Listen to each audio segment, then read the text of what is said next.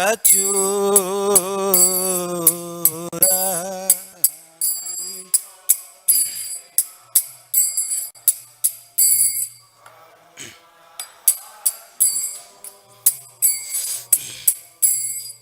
एनो प्रभु कोथा गेला आचार्य ठाकुर प्रभु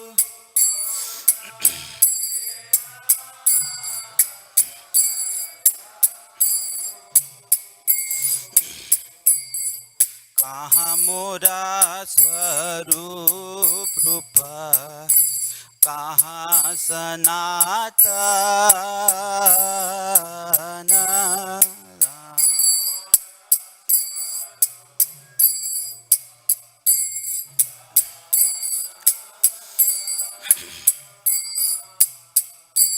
कहाँ दास रघुनाथ पतित पावन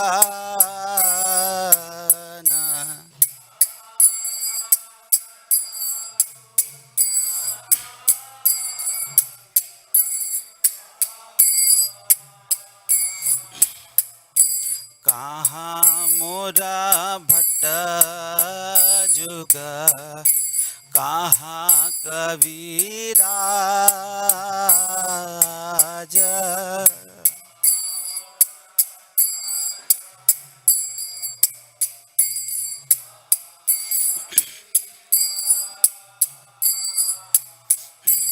एक काले कोठा गेला गौर नटराज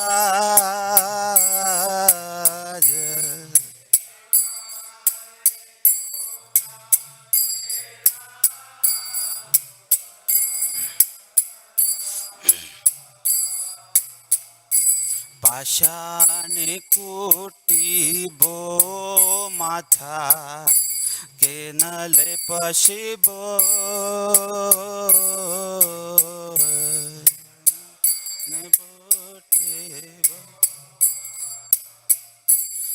नले पशिबो पाषाण कुटीबा माथा आनले पशिबो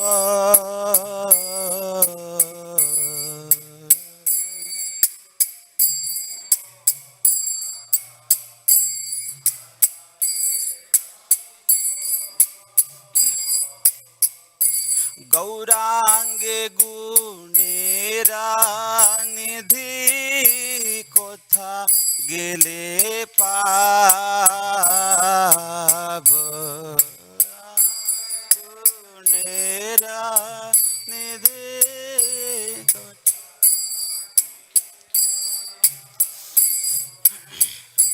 से सब संगीर संगे देखो लो विलास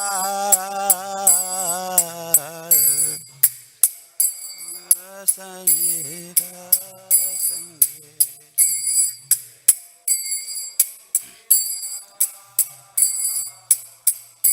से सब संगीर संगे जे कोई लो बिलास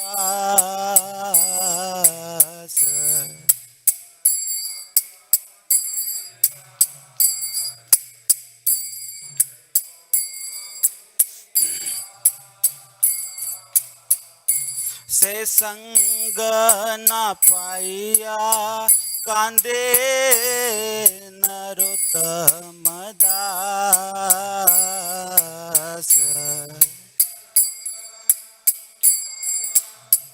कांदे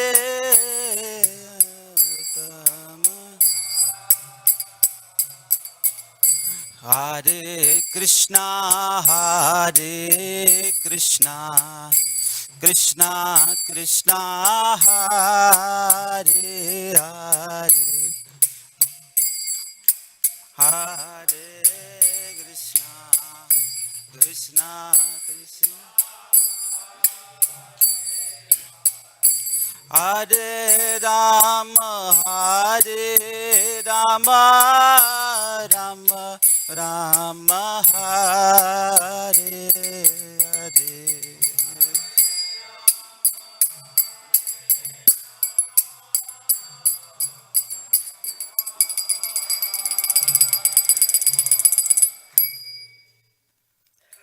Jai Srila Gaur Kishore Das Babaji Maharaj ki jai. Srila Prabhupada ki jai. Translation: that personality who delivered the treasure of Prema Bhakti, who was so intense with compassion, where is such a personality to be found as Sri Acharya Thakur, Srinivas Acharya? Where are the saviors of the fallen souls? Where is my Swarup Damodar, and where are Rupa Goswami and Sanatan Goswami? Where is Raghunath Das to be found? Where are my Raghunath Bhatta and Gopal Bhatta Goswamis? Where am I to find Shri Krishna Das Kaviraj now? All at once they have gone to join Lord Gauranga, the great dancer. To reach such a perfect personality as Lord Chaitanya, I can only break my head against the stone in the anguish of separation. They have all gone off together in their own Leela pastimes.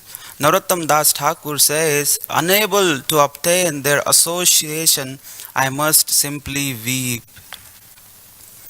Gaur Kishore Das Babaji Maharaj ki jai, Srila Prabhupada ki jai.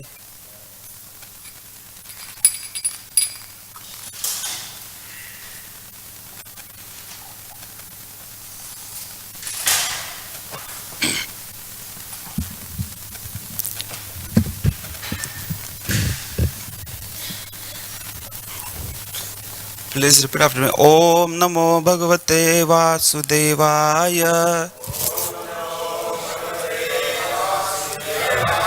Om Namo Bhagavate Vasudevaya.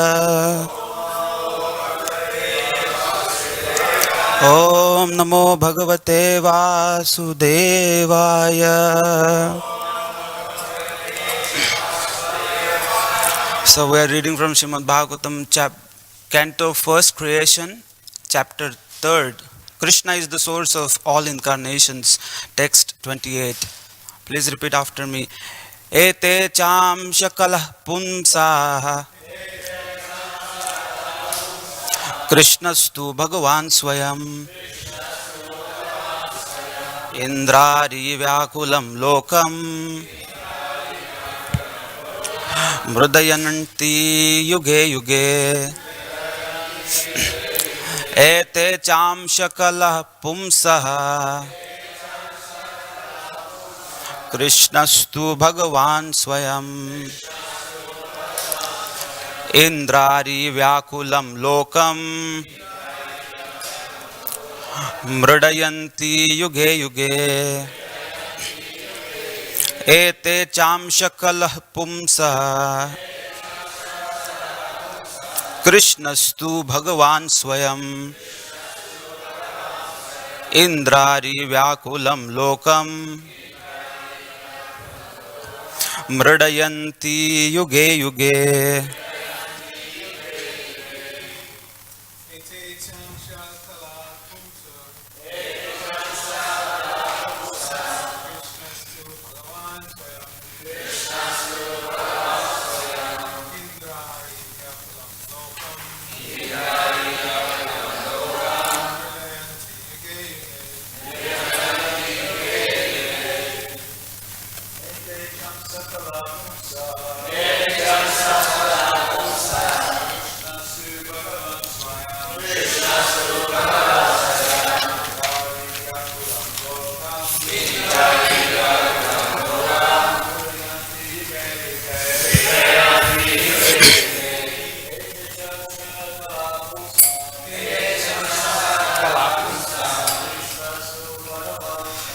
Krishnastu Bhagavan Swayam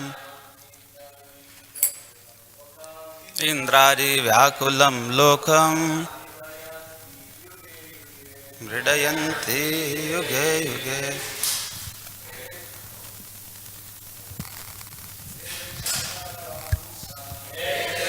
Sakala Pumsa कृष्णस्तु भगवान् स्वयं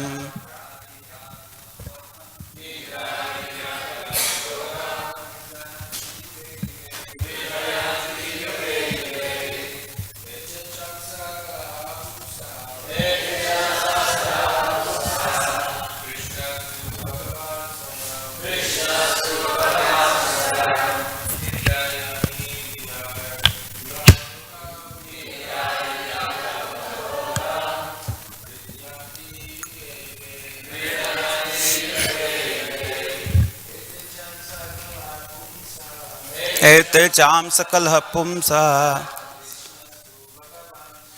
कृष्णस्तु भगवान् स्वयं इन्द्रारिव्याकुलं लोकं मृडयन्ति युगे युगे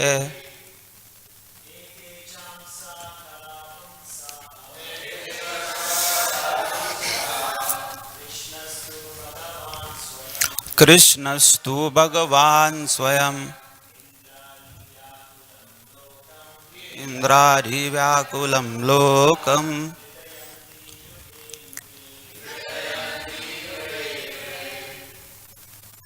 माताजी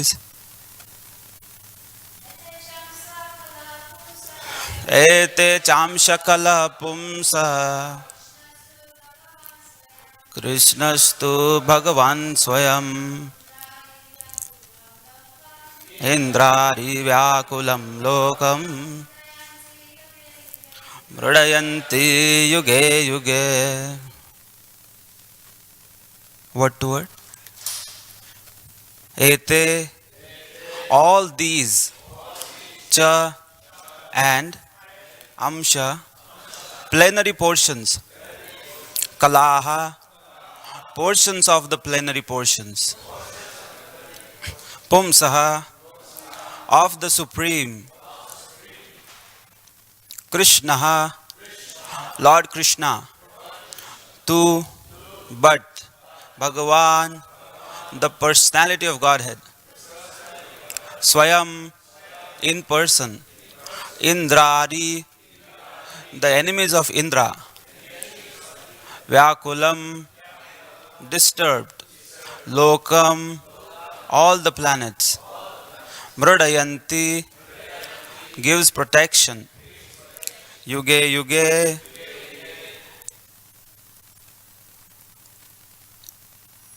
in different ages. Translation and purport by His Divine Grace A.C. Bhaktivedanta Swami Srila Prabhupada Ki Jai.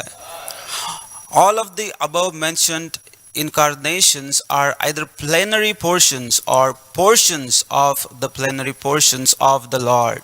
But Lord Shri Krishna is the original personality of Godhead.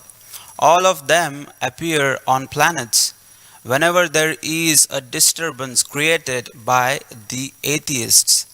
The Lord incarnates to protect the theists. Purport by Srila Prabhupada. In this particular stanza, Lord Shri Krishna, the personality of Godhead, is distinguished from other incarnations.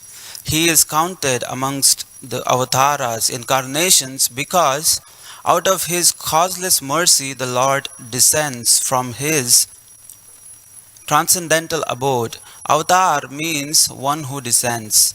All the incarnations of the Lord, including the Lord Himself, descend on the different planets of the material world as also in different species of life to fulfill particular missions. Sometimes He comes Himself and sometimes His different plenary portions or parts of the plenary portions or His differentiated portions, directly or indirectly, empowered by Him, descend on this material world to execute certain specific functions. Originally, the Lord is full of all opulences, all prowess, all fame, all beauty, all knowledge, and all renunciation. When they are partly manifested through the plenary portions or parts of the plenary portions, it should be noted that certain manifestations of His different powers are required for those particular functions. When in the room small electric bulbs are displayed, it does not mean that the electric powerhouse is limited by the small bulbs. The same powerhouse can supply power to operate large scale industrial dynamos with greater volts. Similarly, the incarnations of the Lord display limited powers because so much power is needed at that particular time. For example, Lord Parshuram and Lord Narsimha displayed unusual opulence by killing the disobedient Kshatriyas 21 times and killing the greatly powerful atheist Hiranyakashipu. Hiranyakashipu was so powerful that even the demigods in other planets would tremble simply by the unfavorable raising of his eyebrow. The demigods in the higher level of material existence many times excel the most well to do human beings in duration of life, beauty, wealth, paraphernalia, and in all other respects. Still, they were afraid of Hiranyakashipu. Thus, we can simply imagine how powerful Hiranyakashipu was in this material world. But even Hiranyakashipu was cut into small pieces by the nails of Lord Narsimha.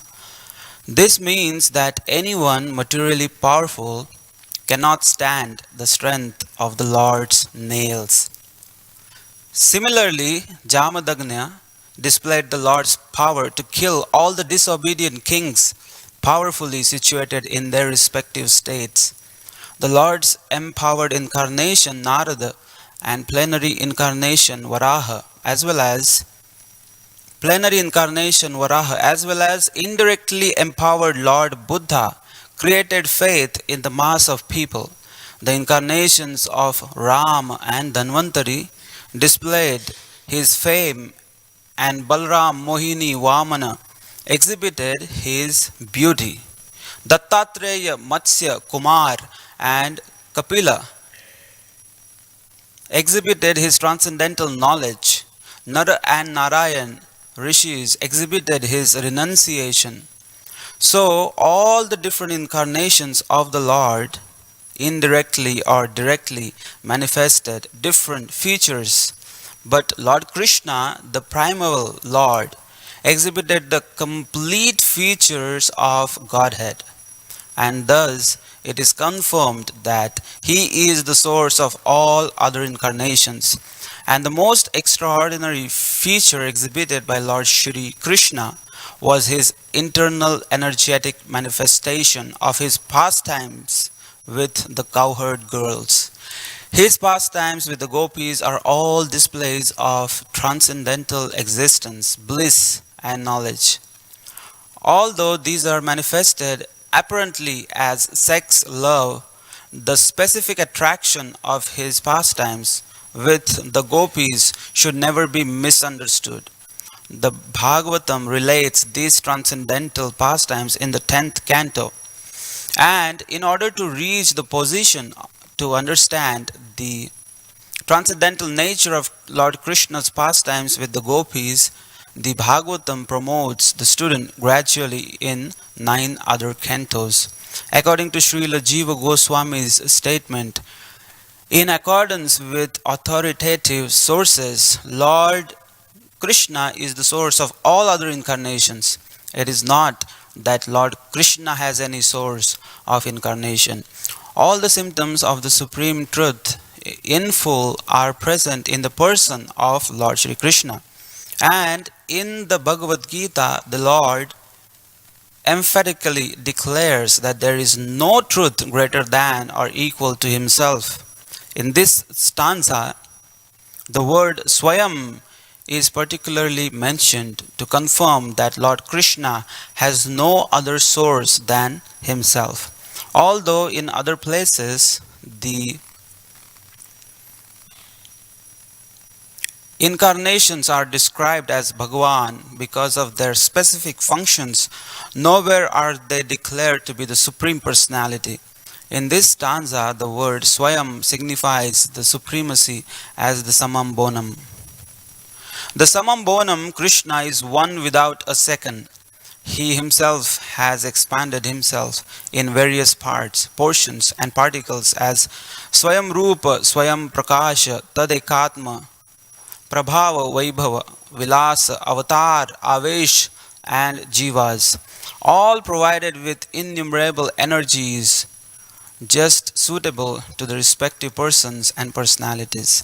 Learned scholars in transcendental subjects have carefully analyzed the Samam Bonam Krishna to have 64 principal attributes. All the expansions or categories of the Lord possess only some percentage of these attributes, but Sri Krishna is the possessor of the attributes cent percent.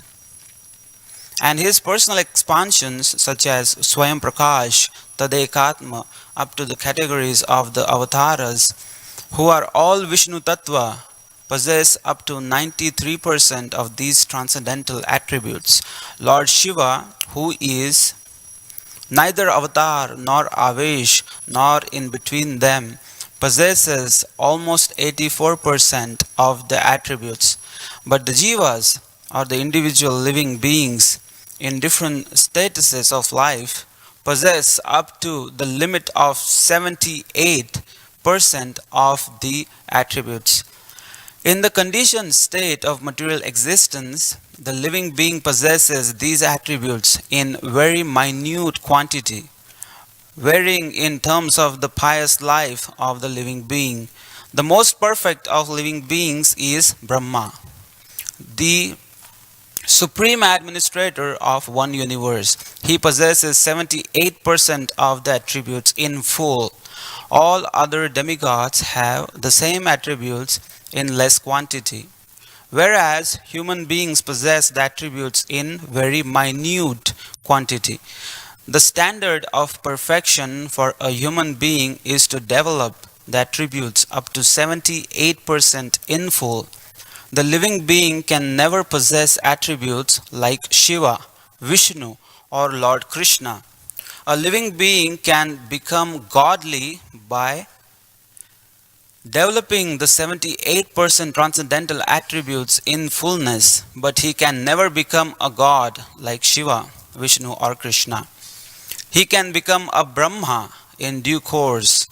The godly living beings who are all residents of the planets in the spiritual sky are eternal associates of God in different spiritual planets called Haridham and Maheshadham. The abode of Lord Krishna above all spiritual planets is called Krishna Loka or Goloka Vrindavan, and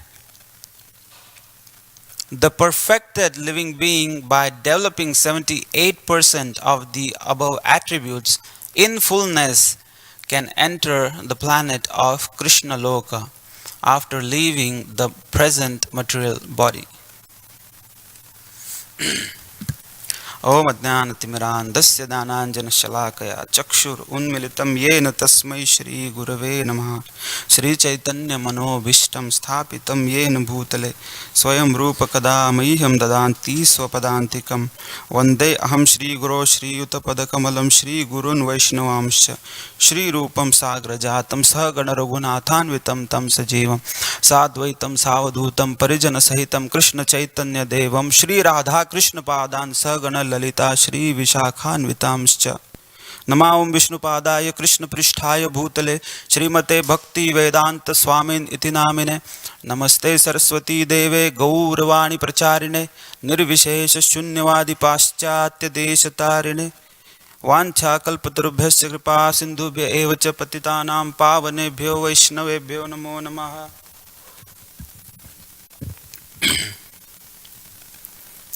Very long purport, but today we don't have breakfast, so I hope you don't mind staying. So,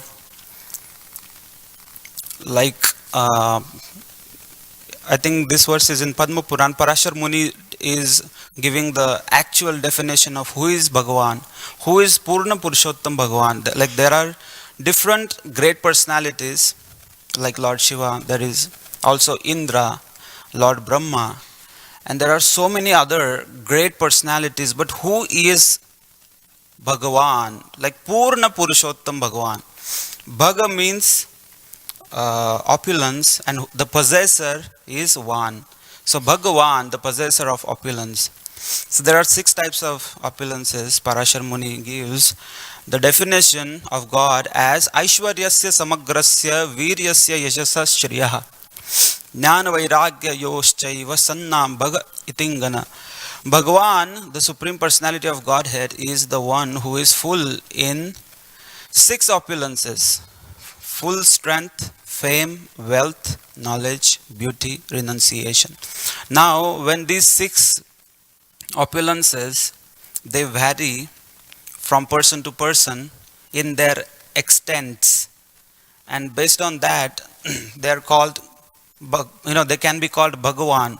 But Purna Purushottam Bhagavan, Shri Krishna, that means Krishna has all these 6 opulences in full.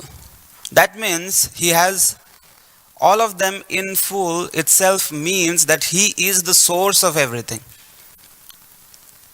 Because if we try to think what is our source, any person may think, if I go back, I have a material body, I have a material father, my father has a father, he has a father, and then if we go back, backwards, if we backtrack all the way, we can see that we can go up to Lord Brahma. Lord Brahma also has father, that is Lord Vishnu, because Lord Brahma was born from navel of Lord Vishnu. So Lord Vishnu, do we end like that is the maximum we can go? So we have to think, like there are many Vishnu Tattva incarnations, there are different even Vishnus. So who is that ultimate source? Source can be many, but when we are talking about the ultimate souls, ultimate source, that has to be one. Ultimate source cannot be more than one. So in this regard, one disciple of Sri Chaitanya Mahaprabhu from Maharashtra, his name is Tukaram. In the introduction of Srimad Bhagavatam, Srila Prabhupada mentions that when Chaitanya Mahaprabhu was traveling to South India, he initiated Tukaram. So he mentions in this regard that how to find that source. It is like a seed. For example, if we take one seed of lemon, can any one of you tell me how many trees and how many lemons are situated in one seed of lemon? In one seed of lemon, how many trees of lemon are there? And how many lemons, how many leaves, and how many branches are there in that one tiny little seed of lemon? What is the count? Innumerable, countless, in one tiny seed of lemon.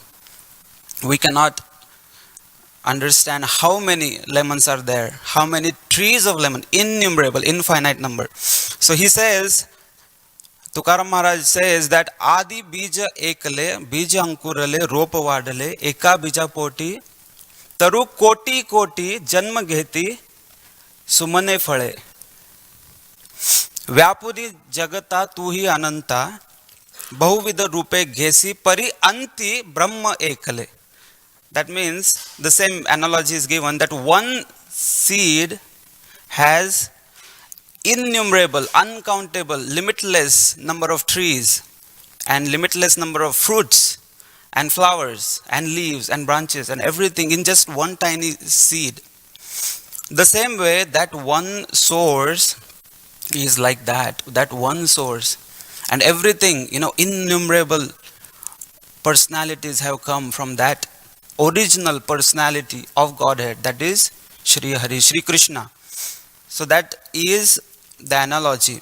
And then later he says that this way you have pervaded, you reside everywhere, you pervade everywhere in this way, and you take unlimited different varieties of forms.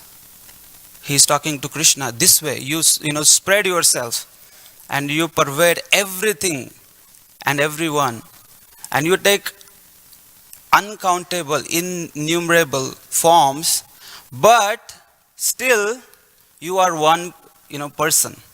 At the same time, you have your individuality. You do not lose that. So that is what Srila Prabhupada is mentioning in today's verse, that Krishna is ultimately that personality of Godhead from whom everything is coming.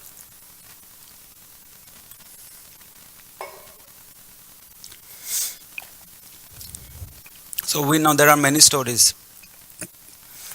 Like that one story when there were great many sages gathered on the bank of Saraswati. They were going to do a sacrifice called Satra, and they had different thinking that this is my God.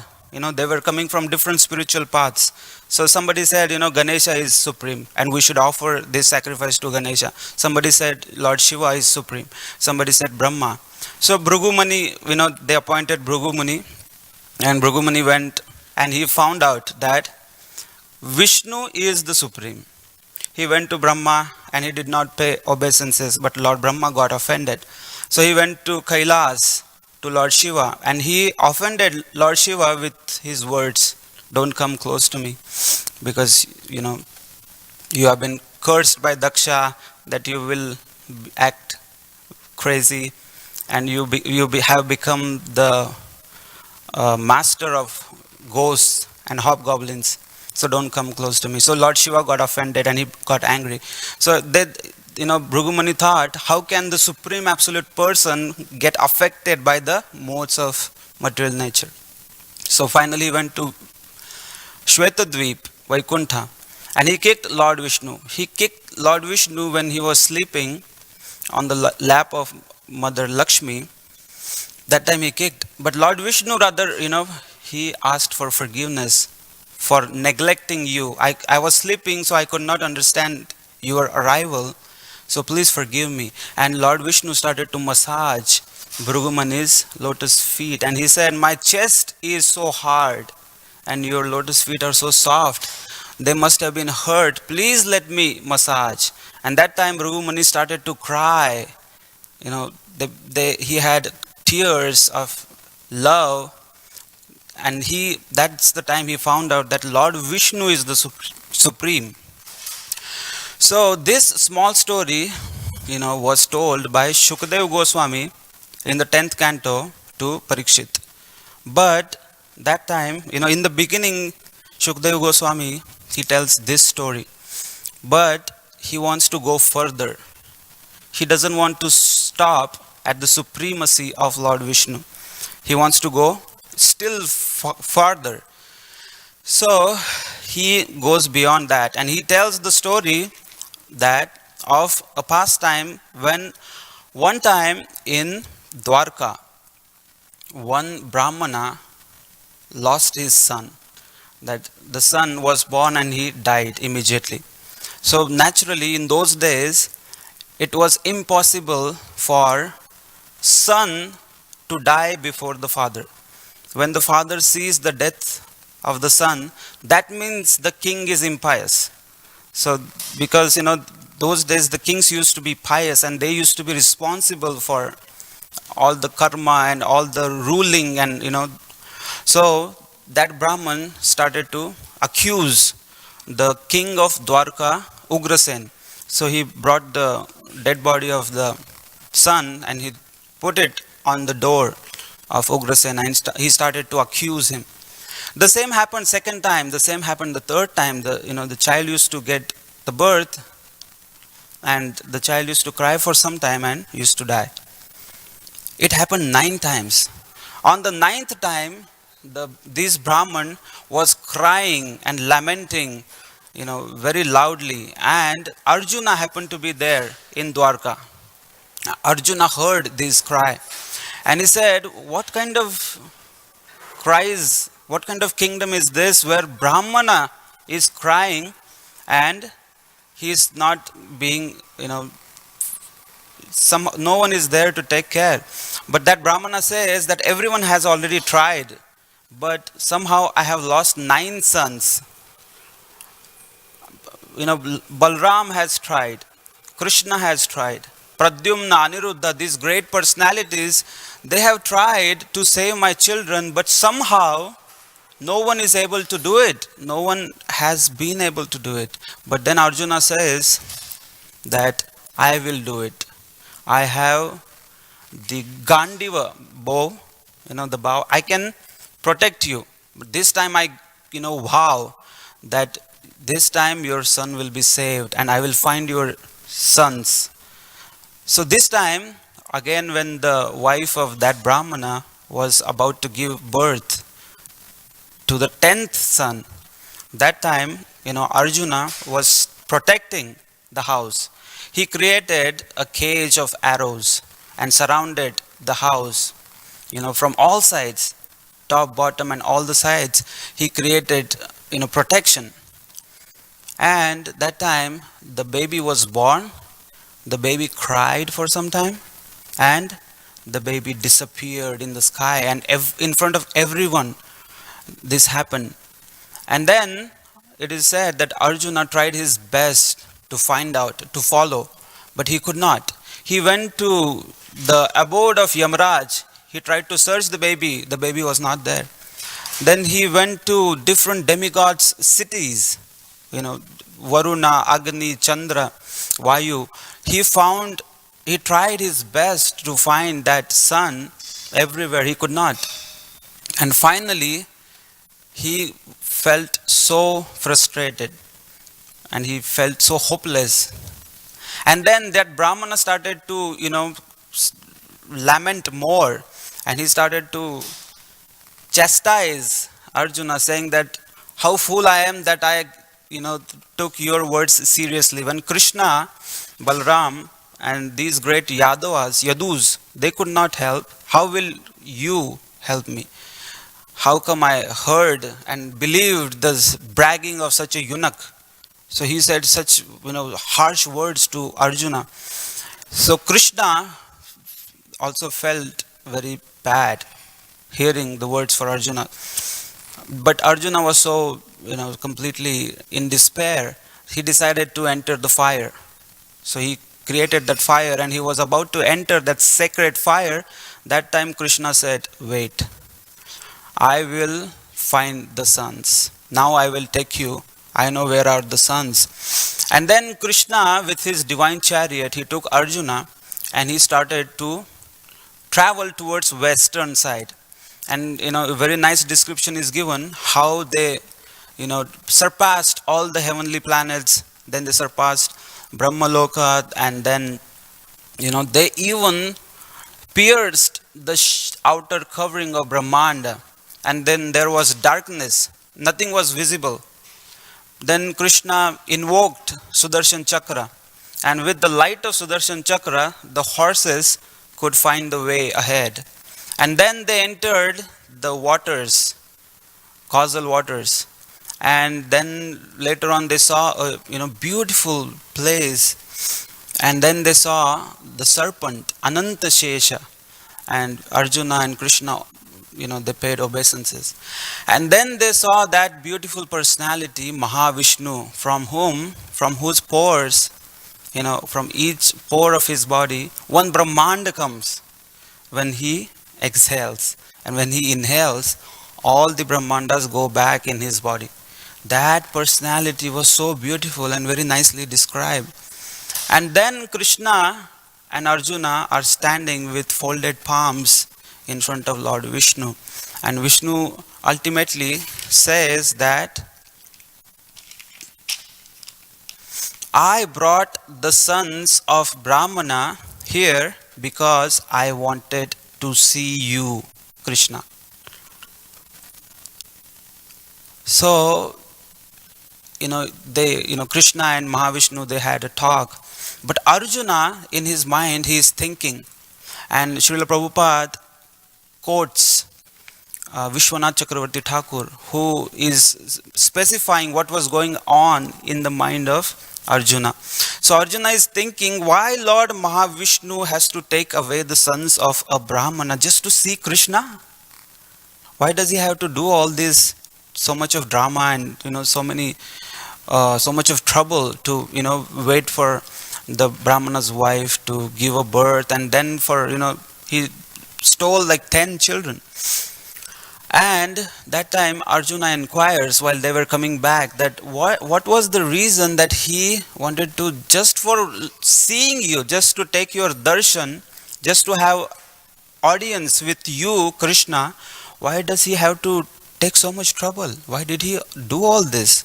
So that time Krishna replies, and the reply is specified in Hari Vamsha. Mad darshanartham te bala ritasten mahatmana viprartham eshyate krishno mat samipam na chanyatha. It was to see me that he, the Supreme Soul, stole the children. He believed only on a Brahmana's behalf will Krishna come to see me, not otherwise. So here we can see that audience of Krishna is even sought by Mahavishnu, who is the first Purusha. So Krishna, he is even superior to Mahavishnu. So here we can see that Krishna is the primeval. He is Anadi, Adi, Govinda. He does not have any source, but he is the source of everything. Ishvara Parama Krishna Satchidananda Vigraha Anadi Radi Govinda Sarva Karana Karanam. And he is the cause of all causes. And in Bhagavad Gita 7.7, Krishna himself mentions that Mattah Parataram Nanyat Kinchidasti Dhananjaya. There is no truth equal or superior to me. Mai Sarvamidam Protam Sutre Manigana Iva. Everything rests upon me like the pearls that are strung on a thread. So that's how we see that Krishna is the origin, and he has 64 attributes. First expansion of Krishna is Balram, and Srila Prabhupada once replied to the queries of his disciples that Balram and Krishna, they are one and the same. Rather, Balram is 98% Krishna. Now, Srila Prabhupada mentioned there are only two differences between Balram and Krishna. First one is the bodily complexion. Balram is fair complexion, and he is like a spring cloud complexion, and Krishna is dark like rain cloud.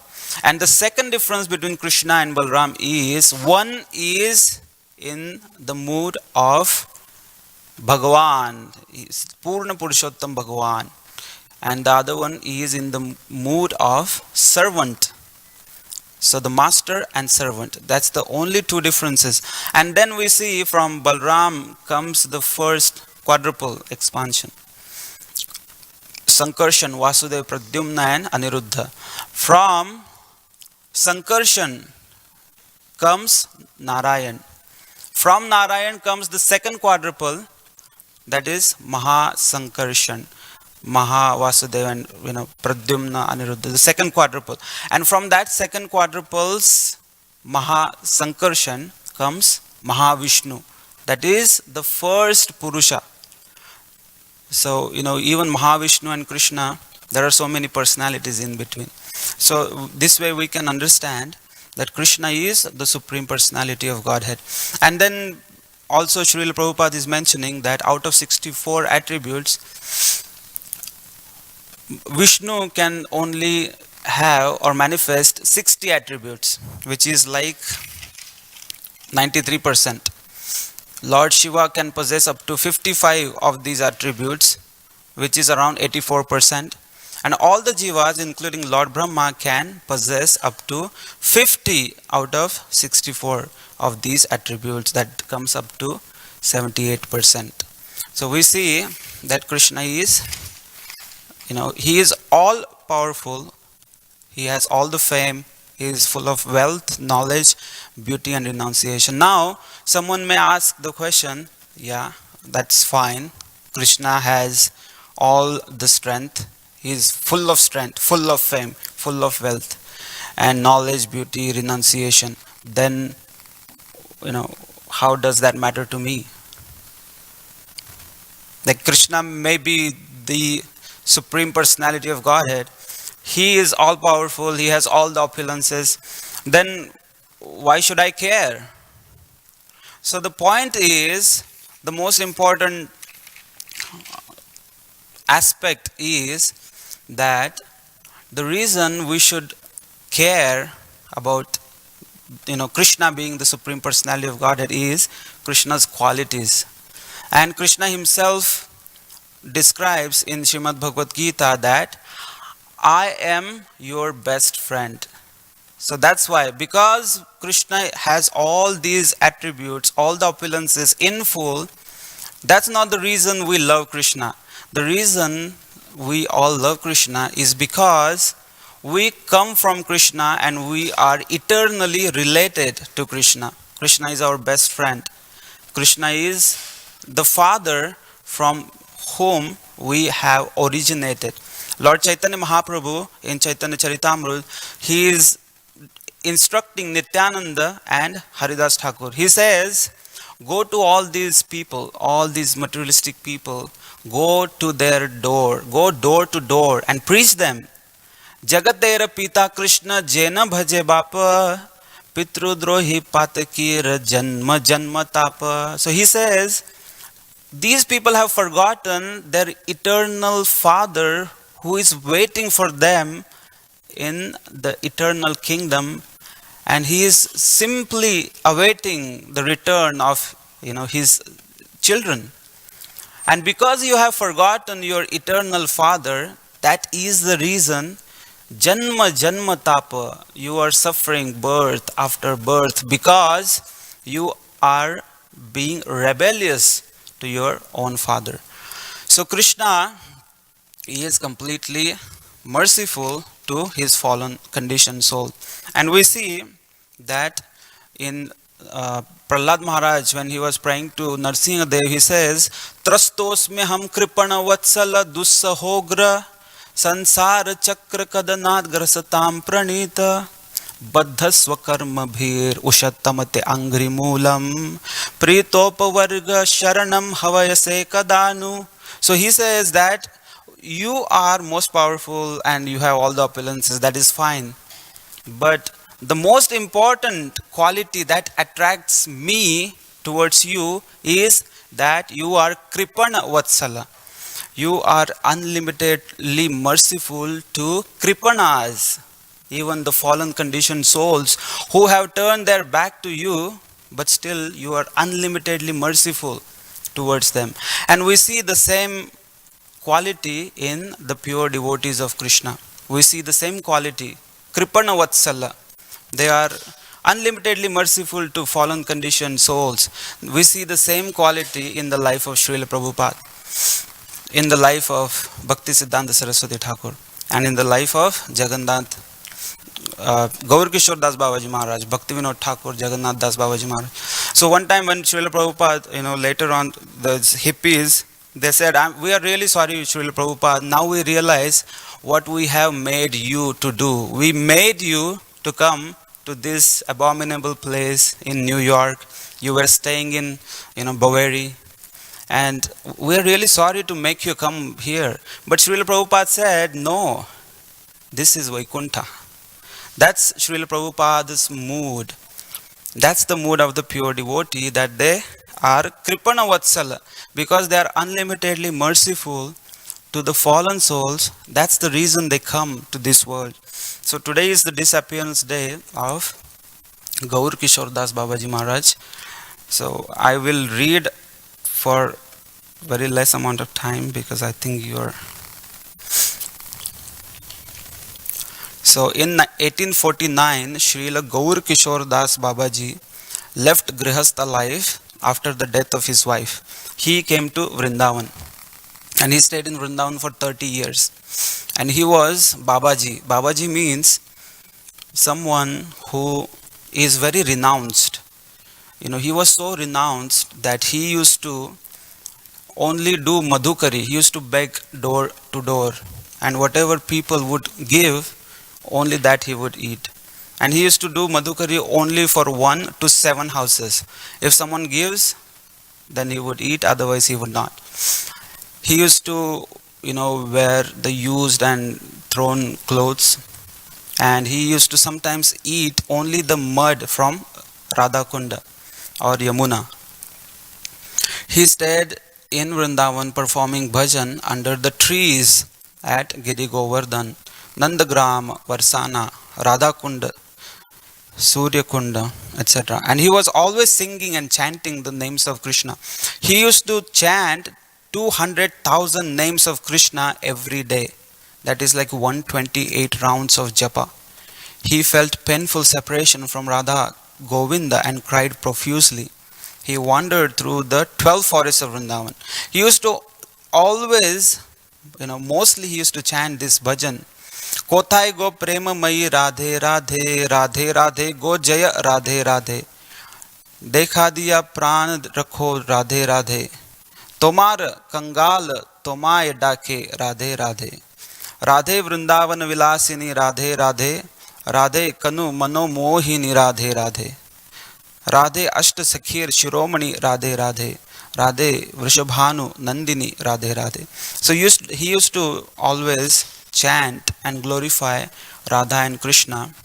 And after a few days, after spending 30 years, he had a inspiration to move to Navadvip, and he wanted to stay in Navadvip, and that's when he walked all the way and he started staying there.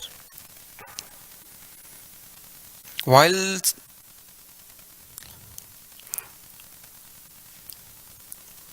So he carried two books written by Narottam Das Thakur, Prarthana and Prema Bhakti Chandrika. And on Ekadashi he would never eat anything or even drink a drop of water. So when he went to Navadvip, he used to always associate and hear Bhagavatam from Thakur Bhaktivinoda. He never wanted to accept any disciple, but the son of Bhaktivinoda Thakur, Bhakti Siddhanta Saraswati, so he approached Gaur Kishore Das Babaji, but he said that I will think about you, I will ask Krishna if I should accept you as my disciple. So again next day when Bhakti Siddhanta Saraswati went, he prayed, please did you ask Krishna? He said, oh no, I forgot, I'll see later. So he used to always, somehow he was trying to escape from giving initiation. But finally when he saw the determination and the intense desire of Bhakti Siddhanta Saraswati Thakur, then he accepted him as his disciple. So to keep mundane people from approaching him for material boons, he once resided in the lavatories at the Kuliya Dharmashala for 6 months. When public officials came offering to build him a proper bhajan kutir, Babaji Maharaj locked himself inside and said he already had one. He believed that associating with materialistic people was much worse than the smell of stool in the latrine. In this context, he had friends, I think kind of his Shiksha disciples, Giri Rai and his wife, they both begged to Babaji Maharaj that please come and stay with us in our house. Why are you staying like this? Please come. Then he used to always say no. But when Giri Rai and his wife begged one day a lot, then he said, I will come to your house to stay only on one condition. That condition was that I will stay in the toilet. Because I do not want to, be in the house.